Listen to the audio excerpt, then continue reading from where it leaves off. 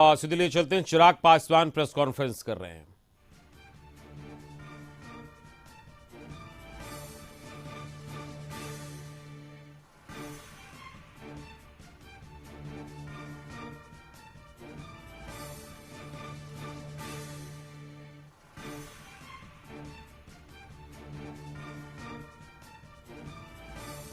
तो सांसद Chirag Paswan press conference कर रहे हैं। हम आपको सीधे लिए चलेंगे। फिलहाल हम आपको बता दें कि एलजेपी को लेकर जो सियासत और इन दिनों बढ़ गई है और जब से चिराग पासवान की मुलाकात केंद्रीय गृह मंत्री अमित शाह से हुई, जिसके बाद पशुपति पारस गुट की जो सांसद हैं वीणा देवी वैशाली से उनकी भी मुलाकात हुई।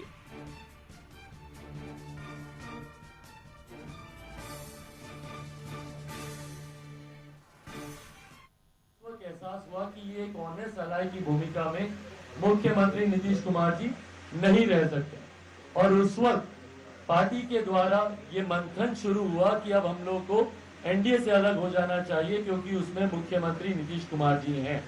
और 2020 आते आते 2020 की शुरुआत में भी याद होगा, मैं बिहार फर्स्ट बिहारी फर्स्ट यात्रा पर मैं निकला था। उस वक्त हमारे नेता आदरणीय रामविलास पासवान जी उस वक्त जीवित थे।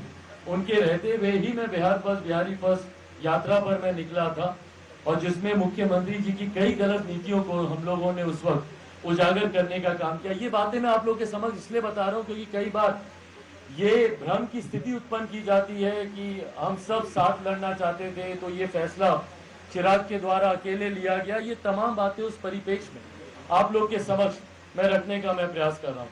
तो हमारे नेता भी उस वक्त चाहते थे कि हम लोग इस गठबंधन से अलग हों और 2020 आते आते तक भारतीय जनता पार्टी की वजह से नहीं, मुख्यमंत्री नीतीश कुमार जी से खिलाफत करते थे। और उस वक्त भी इस बात को मैंने ऑन रिकॉर्ड कहा था कि भाजपा से मुझे कोई ऐतराज नहीं है, पर मुख्यमंत्री नीतीश कुमार जी का उस गठबंधन में रहना हम लोग को स्वीकार्य नहीं है। और हम लोगों ने गठबंधन से अलग हुए पर किसी दूसरे गठबंधन की तरफ हम लोग नहीं गए। ये पुनः हमारे नेता के उन सिद्धांतों का प्रतिबिंब है जब उन्होंने समझौते राजनीतिक लाभ के लिए नहीं किए, सिद्धांतों के लिए किए।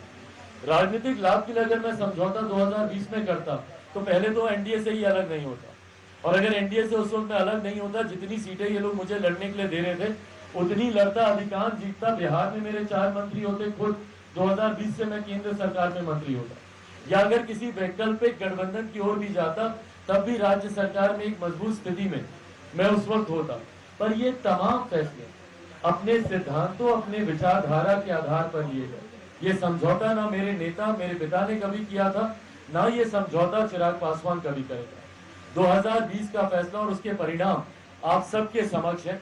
यकीनन जहां पे हम लोग को बेहतर प्रदर्शन की उम्मीद थी, पर अकेले लड़ने के बावजूद, जहां पे हम लोग के अलावा शायद ही कोई और दल ऐसा होगा जो अकेले लड़ रहा होगा, कोई 4 झंडे के साथ, कोई 3 झंडे के साथ, अलग अलग सब लोगों ने चुनाव लड़ा। पर उसके बावजूद लोक जनशक्ति पार्टी रामविलास को जहां 6% का मत मिला, एक हमारे विधायक जी थे जिन्हें पुनः अपने कार्यशैली के अनुरूप मुख्यमंत्री जी ने तोड़ने का कार्य किया, तो वही मुख्यमंत्री जी की अधिकांश सीटों पर उनको मजबूत नुकसान पहुंचाने का काम लोक जनशक्ति पार्टी के द्वारा किया गया। उस वक्त भी एक ही रूप में थी, मूल स्वरूप में ही थी लोक जनशक्ति पार्टी।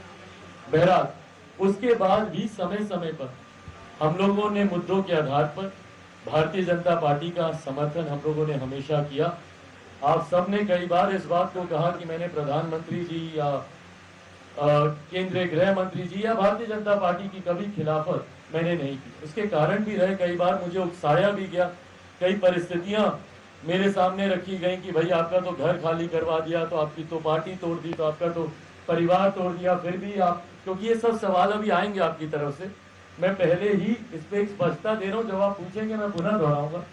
तो उस वक्त भी इस बात को मैंने स्पष्ट रखा था कि मेरे व्यक्तिगत हितों की लड़ाई नहीं है, ये मेरे विचारधारा की लड़ाई है, ये हमारे सिद्धांतों की लड़ाई है। मैं बिहार फर्स्ट बिहारी फर्स्ट को लेकर आगे बढ़ने का मैं काम कर रहा हूँ। ऐसे में मेरे मुख्यमंत्री की 7 निश्चय नली गली बनाने से भैया बिहार का विकास नहीं होता। हुआ होता तो 18 साल से जो प्रदेश के मुख्यमंत्री हैं उनको आज बिहार को इस बदहाल परिस्थिति में नहीं देखना पड़ता। आज बिहारी जिस परिस्थिति में बिहार में जी रहे हैं, ये आजादी के 75 साल के वाला एक